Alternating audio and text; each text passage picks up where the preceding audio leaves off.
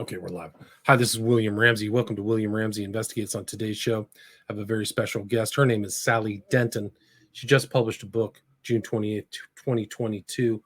Title of that book is The Colony, Faith and Blood in a Promised Land. Really fascinating book.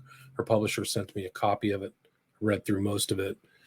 Really fascinating. This is not her first book. She's a very accomplished writer with really a great CV. And I'll go through list some of her titles. But her bio is that she is an investigative reporter, author, and historian who writes about the subjects others ignore, from a drug conspiracy in Kentucky to organized crime in Las Vegas, from corruption within the Mormon Church to murdered women in New Mexico, from one of America's bitterest political campaigns to the powerful forces arrayed against Franklin D. Roosevelt. While the subject of her books at first glance seemed varied or disparate, they are actually unified by a central theme of the exploration of subjects in American history that have been neglected or marginalized, and characters whom I return to their rightful places in history. She's a Guggenheim Fellow, a Woodrow Wilson Public Scholar, a Black Mountain Kluge Fellow, and the recipient of the Robert Laxalt Distinguished Writer Award and 2 Western Heritage Awards. Her book, The Profiteers, Bechdel, and the Men Who Built the World, won Best Investigative Book of 2016 from Investigative Reporters and Editors, or the IRE. She's been inducted into the Nevada Writers Hall of Fame and is a decades-long resident of Santa Fe, New Mexico, close to where the events of this happened. She's the mother of 3 sons and is married to journalist and author John L. Smith. Her website is her full name, sallydenton.com, www.sallydenton.com. I'll put that in the show notes. And her Twitter handle is @SallyDenton. And some of her books are The Money and the Power, that was written in 2002. Faith and Betrayal, a pioneer woman's passage in the American West, 2007. American Massacre, The Tragedy at Mountain Meadows, that was in September 1857. That was published in 2007 and ties into this book. Passion and Principle, John and Jessie Fremont, the couple whose power, politics, and love shaped 19th century America. That's 2008. And then Bechdel book, that was 2016. And then The Bluegrass Conspiracy, an inside story of power, greed, drugs, and murder, that was published 2016. Plot Against the President, FDR, A Nation in Crisis, and the Rise of the American Right, 2019. And then The Pink Lady, The Many Lives of Helen Gahagan Douglas. And again, we're going to talk about this one again. Really fascinating book. I knew little pieces of it, but she went much more in depth. And then what I knew, title again is The Colony, Faith and Blood in a Promised Land, Sally Denton. So welcome to the show, Sally. Thanks, William, for having me. Excellent. So for people, you have a long background. Can you kind of talk about your books and what led you to write this one, The Colony? Yeah, as you outlined all of my books, it took a lot of these books to get to this particular one. I'm just going to describe the current one, The Colony, which is the most recently published one, and then I'll talk about how it got me, how all my other books got me to this. But basically, this story is about a massacre of women and children on November 4th in 2019. A caravan of women and children were brutally attacked while traveling through northern Mexico, leaving 9 dead and 5 gravely wounded. The 3 women and 6 of their children were murdered. They were shot at close range, essentially executed, and one of the women, they were all in SUVs, and one of the women and her 4 children were actually burned alive. And the victims this is in northern, the attack happened in northern Mexico in the state of Sonora. But the family that I write about, many of the victims were from a town in Chihuahua called Colonia LeBaron. And the victims were all members of the LeBaron community and La Mora community in Sonora, and they were related to each other. These are both fundamentalist Mormon outposts whose forebears broke from the Mormon Church and settled in Mexico when polygamy was outlawed in the United States in the 1890s. So it goes back that far. The case was brutal. The women it became clear that they were attacked, that they were targeted. There was no case of mistaken identity. There was no initially some of the early I guess, investigators on the scene said that they were caught in a crossfire between rival cartels in the region, but that soon became clear that that was not the case. There was videotape evidence of the attack on them, and the case is still open. There were as many as 100 shooters carrying long guns and automatic weapons, and one of the cars had 321 bullet casings in it, and it was broad daylight. And so they were. It became clear very early on that they were targeted. They had been in the region, as I said, for decades, and some back to the 19th century, the families. So they were well known in the region, and the case is still open. And so my book picks up where the initial reporting left off, revealing the violent history of the LeBaron clan and their homestead down there from the first polygamist immigrations to Mexico in the 1880s through the LeBarons' own family violent blood feud in the 1970s, and even the family's alliance with the Nexium sex cult in Albany, and up to the rising tensions with neighboring cartels and local farmers over smuggling routes and dwindling water reserves in the region. The LeBaron colony has huge, massive pecan and walnut farms that are extraordinarily profitable. And I'm sorry to interrupt, but you'll see that if you're on YouTube and you see the cover of the book, this is the LeBaron compound, and the green trees are those nut trees, right? Right. That's it. And you can see that, well, it's not that obvious here, but they are surrounded. It's a tiny community of between 3,500 and 5,000 full-time residents that come and go because a lot of their family members also live in the United States. This family, many of them have dual American citizenship, especially the men. As I mentioned, it's a fundamentalist offshoot of the mainstream Mormon Church in Salt Lake, headquartered in Salt Lake City. There are Mexico has. Right, but it's interesting because this offshoot, this splinter group, has its legacy going all the way back to Joseph Smith, right? Right. So, and I trace that. I mean, yes. they claim that they are directly descended from one of Joseph Smith's closest confidants and advisors, and someone who they claim Joseph Smith transferred the mantle to lead the church to. So the patriarchs of this community believe that they are directly descended from Joseph Smith. And as you can see on that cover, wherever it's not the big green trees, it's surrounded by often, significantly more blighted land around them, but they're surrounded by huge agricultural enterprises run by natives of the Mexicans and indigenous people that have been farming in that region for many, many years, which created a lot of tension.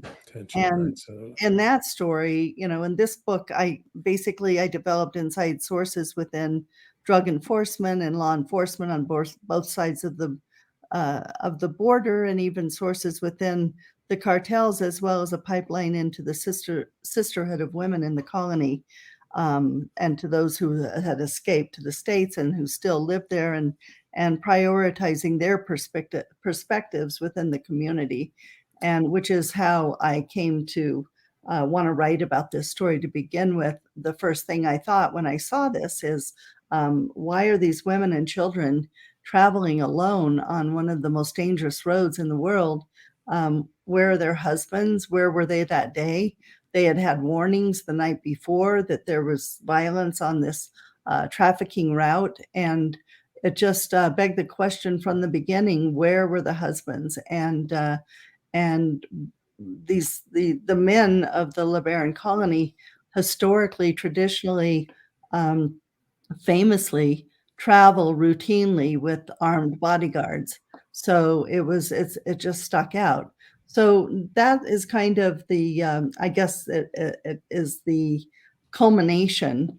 As you said, this is my 9th book And this is kind of the culmination of these other 8 books that, if you look back at them, as you pointed out, it seems that uh, they deal with disparate subjects.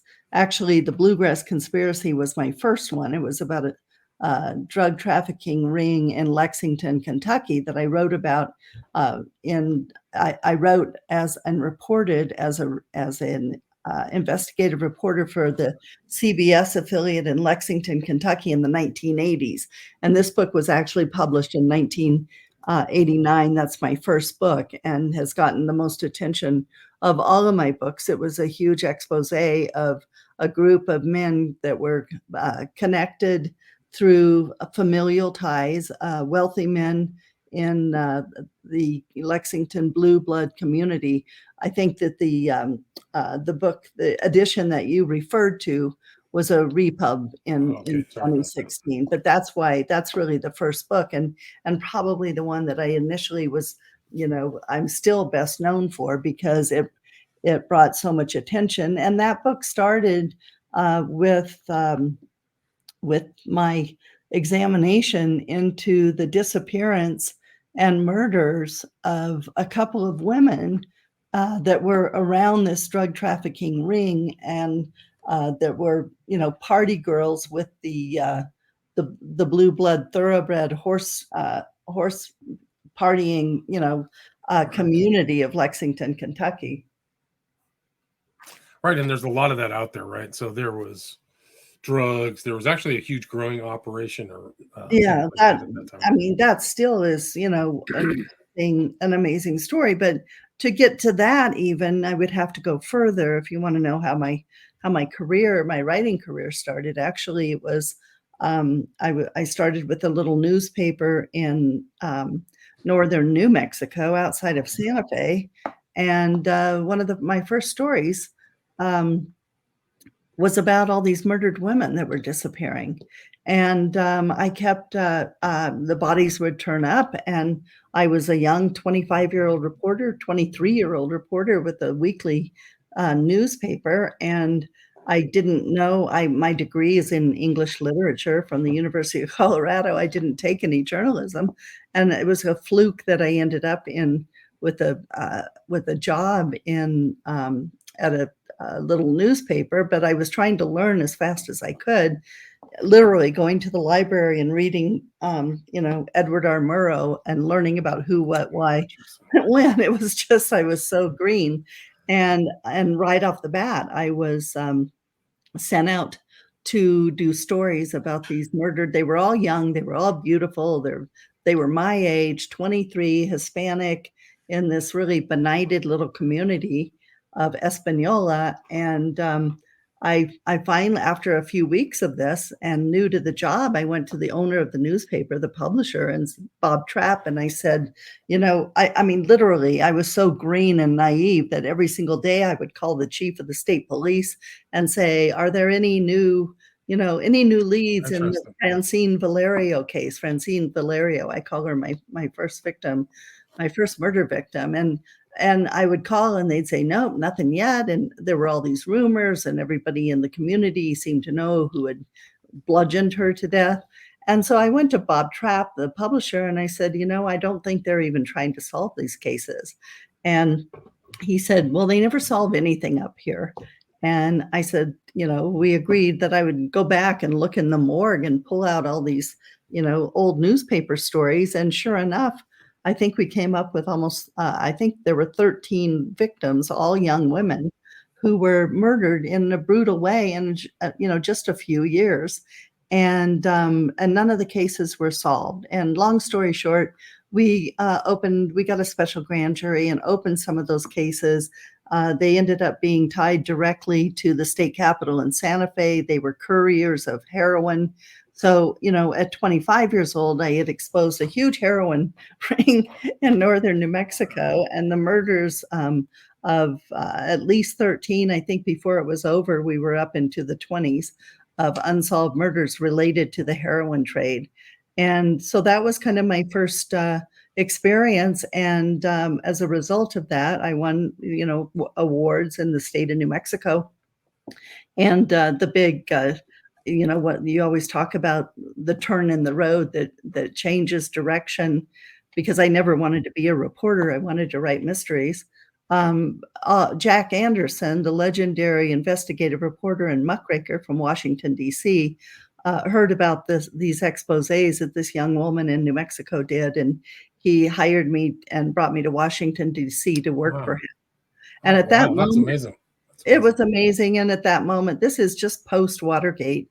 So it was 1979, and Jack had it was a powerful journalism empire. He was published in he was syndicated in 1,000 newspapers Wow. in the United Wow. States, He and was like a true investigative reporter, he was a true independent, investigator, and very honest, he was integrity, Mormon. right?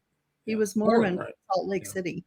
And when I got there, it was so heady. There were only about, I'd say, 15 of us working for him, and we're all in our 20s. And they were, he was in 1,000 newspapers. He was on Good Morning America 3 days a week. He was on Mutual Broadcast Radio 5 days a week. He was in Parade magazine, and we were digging up all these kids. Basically, we're digging up stories all over the country. And my first job with him as an intern initially was to sit in this room, and every single day the mailman would bring a gunny sack full of letters to Jack Anderson. It's important to know he inherited the column from Drew Pearson, who was even more famous than he was from the 40s and 50s. I never heard that name. Yeah, I don't know that Yeah, name. he inherited the column from Drew. And these were letters. I always thought I grew up in Las Vegas, outside of Las Vegas, Nevada. And I always thought that Nevada was uh, uniquely corrupt. And then I did the job in New Mexico, and I thought New Mexico was really uniquely corrupt. Well, once I saw these bags full of letters from all over the country, and I'm telling you, they were little letters, people sending him $1, please explore, please investigate my city council in this town in Louisiana. I'm convinced they're corrupt and they're taking bribes. Please come and look at my state in Montana. There's kickbacks going, and it was from all over the country. And it was just like sifting through those. Was like a needle in a haystack to find a story that was going to be a national story that Jack wanted to, dig his teeth into. But he had so much clout on Capitol Hill that, once I got through the internship and he hired me, we were basically, I could pick up the phone and call a United States senator and say, "This is Sally Denton. I work for Jack Anderson." And the senator would take my call. Everybody was scared to death of Jack Anderson, and everybody talked. And it was just really what turned out to be almost a graduate degree in investigative reporting, I just bet. not just Jack, but the people around him that were, that mentored me.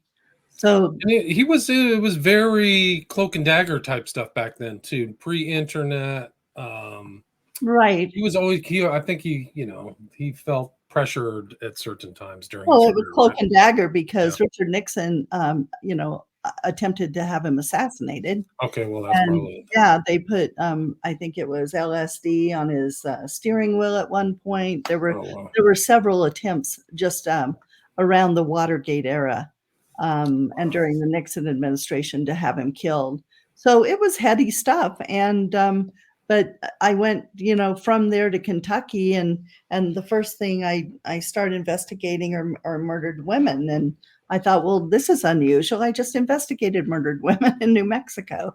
And as I moved up the line of my career, that's kind of what what all of my books have in common is finding these people. In my view, the murdered women are the women that were not able to speak for themselves or have any justice on their behalf. And so I kind of took that to, writ large, with basically exposing secrets that people. I always just kind of started looking at, why did this happen? Who's responsible for this happening?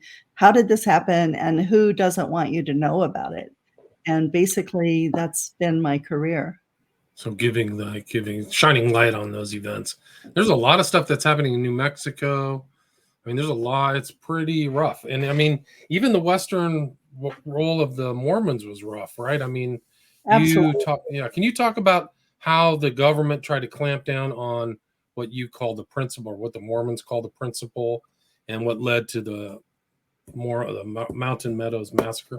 Yeah, the Mountain Meadows massacre, I wrote about. American Massacre is the book. That was an event that happened in 1857, where basically the Mormon pioneers in Utah attacked a wagon train, the wealthiest wagon train to ever cross the country. And it was a wagon train full of women and children, and a group from Arkansas that was moving their entire they had been in Arkansas for generations, and they were moving to California. This was all during the gold rush era, and they had 1,000 head of cattle and weapons and gold and women's finery, and basically they were ambushed. They had to go through Utah territory to get to California, and at this time, Brigham Young, who was then the head of the Mormon Church, was basically at a Cold War, I guess I would say, with the United States, which was trying to get control of Utah territory, which had been set up by Brigham Young as a theocracy, a theocratic nation state, essentially. So they attacked this wagon train, and it was brutal. 140 women and men. They were laid under siege for 5 days with no water and under a false flag of truce. And it's just, it's one of the most brutal and one-on-one, European Mormon. Well, the Mormons dressed up as Indians and slaughtered the wagon train, and they would have gotten away with it, and that would have been that, except that it was one of the reasons they ultimately, the U.S. government knew that it was the Mormons who perpetrated it, was that they saved everybody under the age of 8 years old, because 8 is the age of innocence in the Mormon faith. So several of the children who were 8 years old and 6 and 7 and 8 years old, who could remember what happened as their parents were brutally slaughtered by, knives, and throats cut and Children shot, like the whole bit. Yeah, the whole bit. But they were able to remember, and they told U.S. government officials that the killers were Indians. But then they after all the killing was done, they went to the river and washed their faces, and they were white men. And then these same white men who had killed their families took all there were 17 surviving children, and took them and dispersed them between families. So there was ultimately congressional testimony that led to the Mormon culpability, which is why the U.S. government then started really buckling down on Utah and holding them accountable. They wanted somebody held accountable for this slaughter.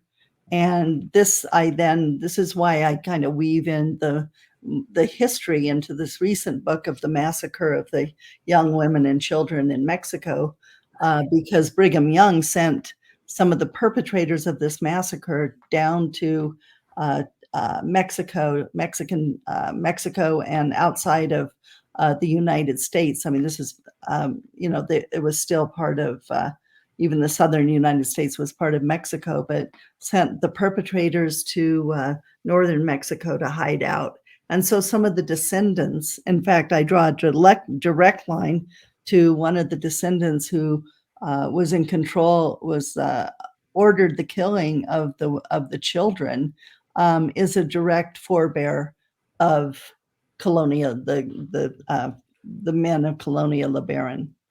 And so that's why I end up, the book is The Colony, the Faith and Blood in a Promised Land, which is a true crime story about, something that happened just 3 years ago, has a direct connection to all of the history, which is why the book is more laden with history than a usual true crime book would be. Right. It's really fascinating, though, because some of these ideas, the blood atonement, go all the way back to this early Mormon. And I think the Mountain Massacre had happened in the southwestern part of Utah, right? So Yes, closer to Vegas, yeah.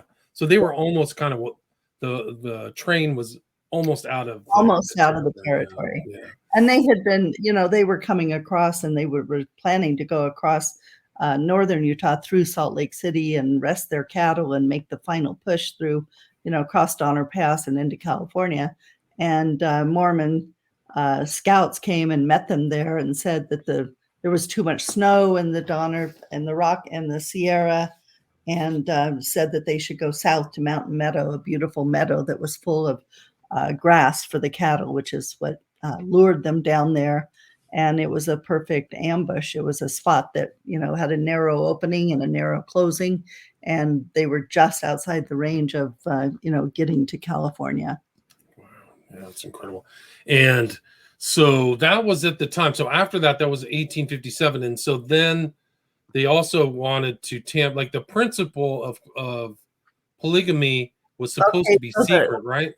um, Supposed to be secret. well, yeah, they didn't. The church did not acknowledge it for many years.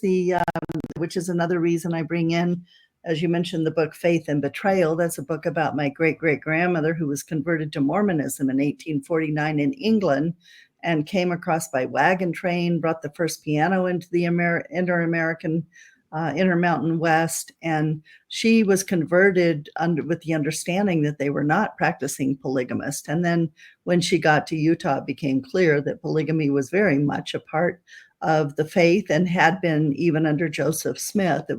Joseph Smith has died by the time Brigham Young and the Mormons had gotten to Salt Lake. But it was considered a viable and essential part. Celestial marriage was essential part of the faith, an essential part of the male-female relationship, because in only the worthy men could go to the promised land, could go to eternity. And only the worthy men the only way that women could get there was to be pulled through the veil by a worthy man. So it was, and it was important for the man to have as many wives as possible. It was all part of, building the kingdom of God on earth. Because this was, they had been persecuted in New York and in Ohio and on the whole way across the country before Joseph Smith was ultimately killed by an angry mob.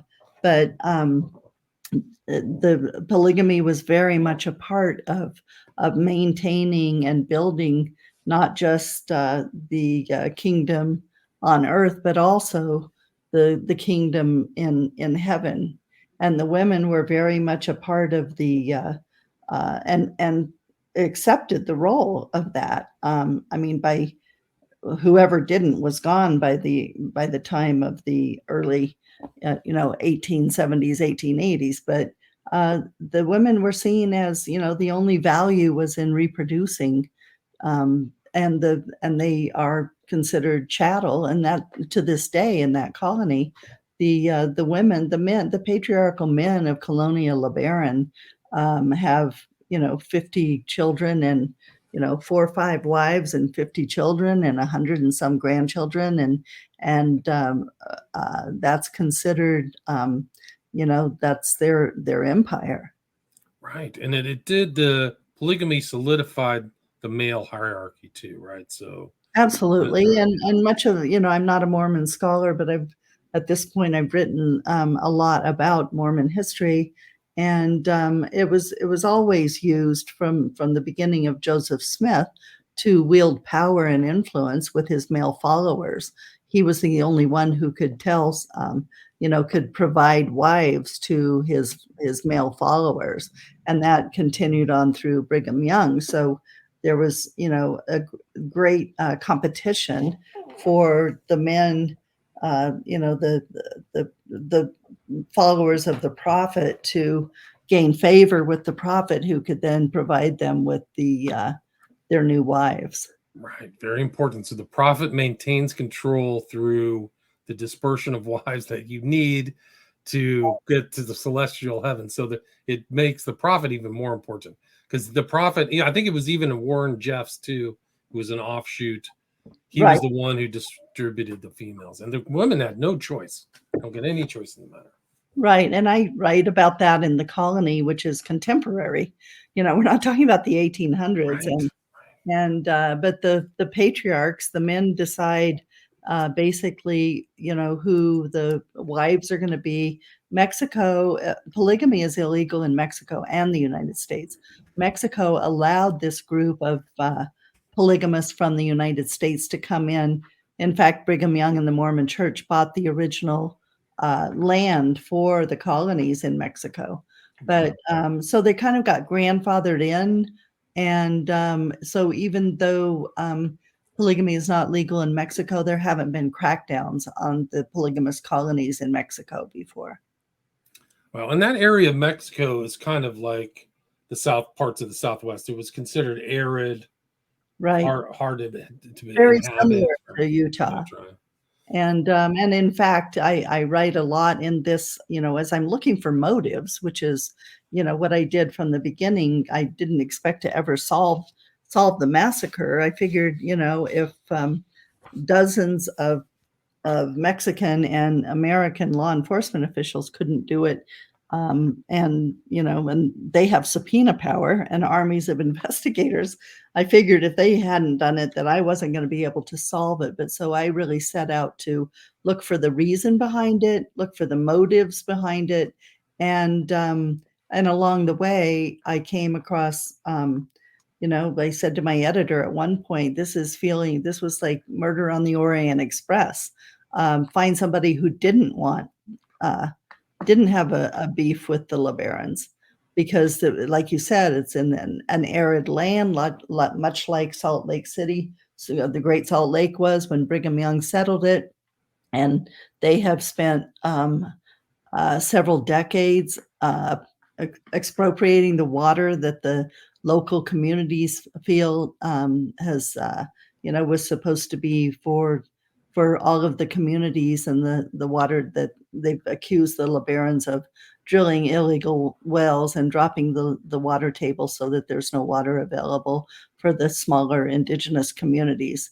And it's not only that, there's everybody needs the water. I mean, this is a ground zero for climate change in an arid land, because the cartels need the water for, growing poppies, growing marijuana. The fentanyl labs, the methamphetamine labs need water. The avocado growers need water. The agave growers for tequila need water. Everybody needs the water, and it's a dwindling supply, and the LeBarons stick out like a sore thumb in controlling it all. Right. And I mean, there's parts of this book are very strange. The blood atonement, Ervil LeBaron. There's a whole part of this story that gets really ugly, much like the Mountain Meadows massacre. And people can read more about that. We're at about 33 minutes, Sally. Do you have time for a few questions? Sure. So Sabrina asks, how large is the existing colony in Mexico? The Colonia LeBaron right now, I think, is about 3,500 people. A lot of people left after the massacre. It can be up to 5,000 people. As I said, a lot of people have dual American citizenship, so they go back and forth across the border.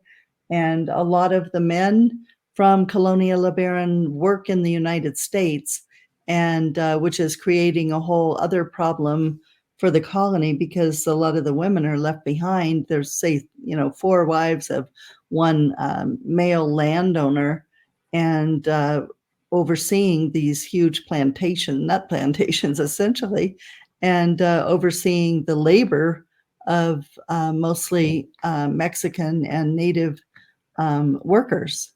So right, you said it almost functions like a matriarchy, right? You wouldn't believe it, but that's one of the things I explored. It never had before. As I said, the women were, completely subservient. Their only value was in their reproductive abilities, and generally the women were pregnant, gave birth 18 months apart, and were, pregnant from the time they became able to get pregnant until the time they could no longer produce. And so, that's the women would have 13 or more children.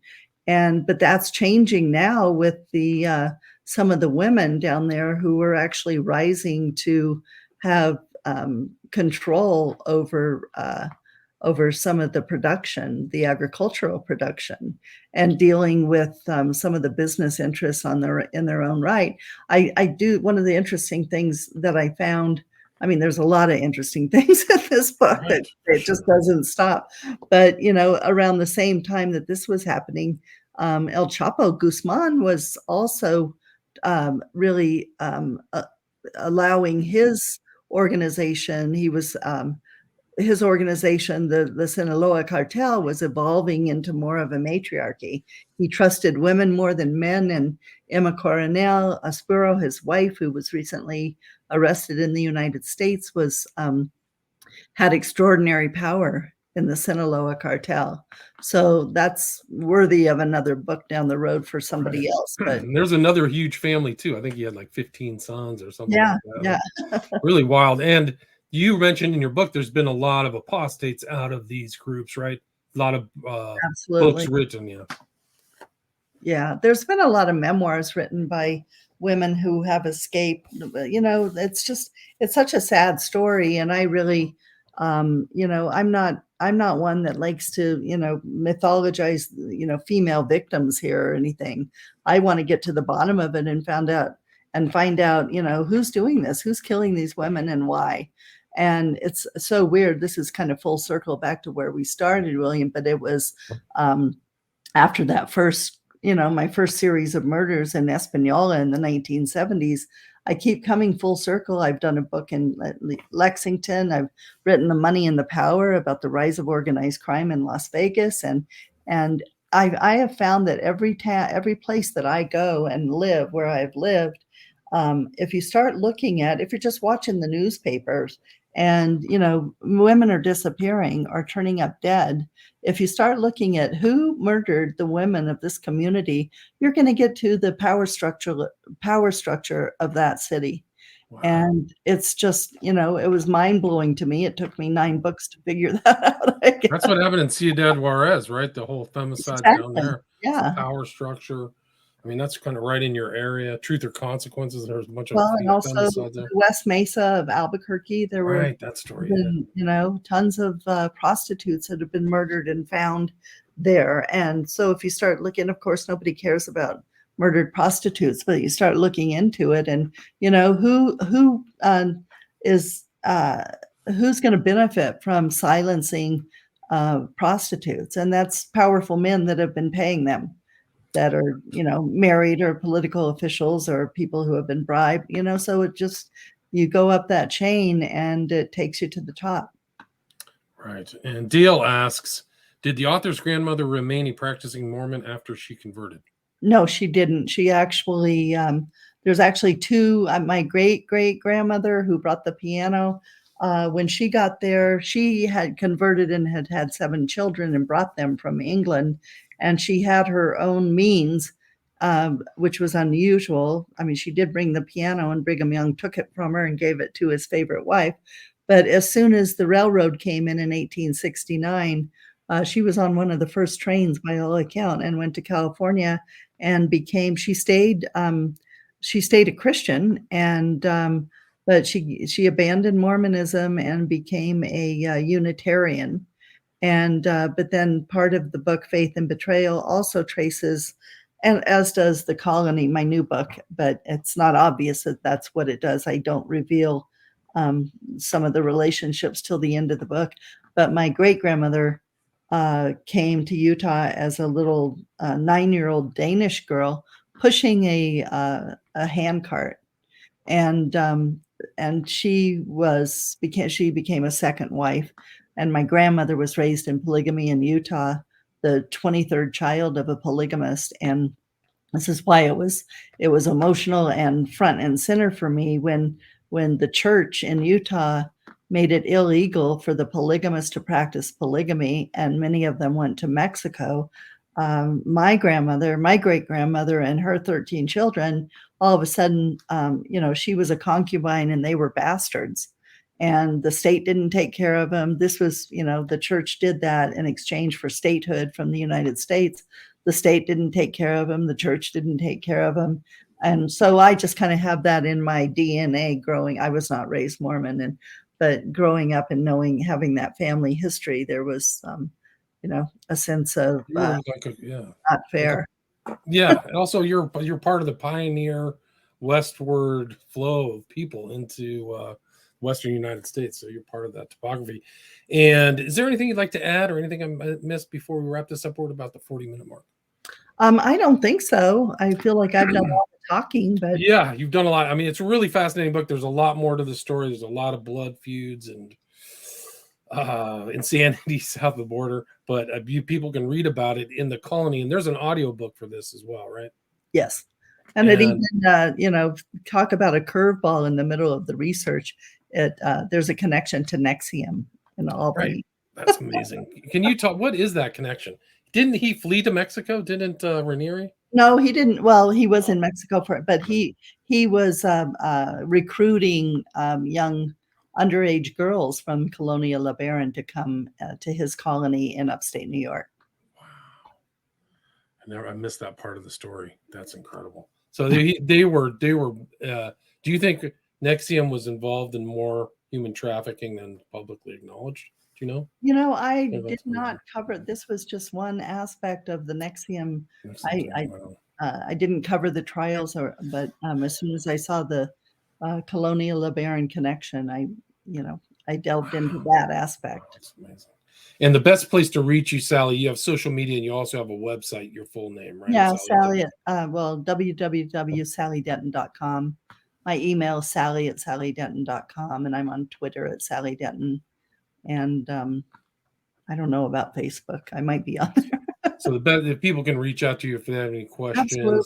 Do you and where's the best place to get the book? Do you sell books from your website or Amazon? Books are on sale on the website and of course Amazon and every other bookstore. So people can get signed copies if they want them from you, right? Yes. Right. Okay, cool. So that's at sallydenton.com. Sally, fascinating book and great discussion. Thanks so much for your time. Again, the title of the book is The Colony, Faith and Blood in a Promised Land, and the author again is Sally Denton, just published June 28th, 2022. Thank you very much. Thanks so much. All right, stay there.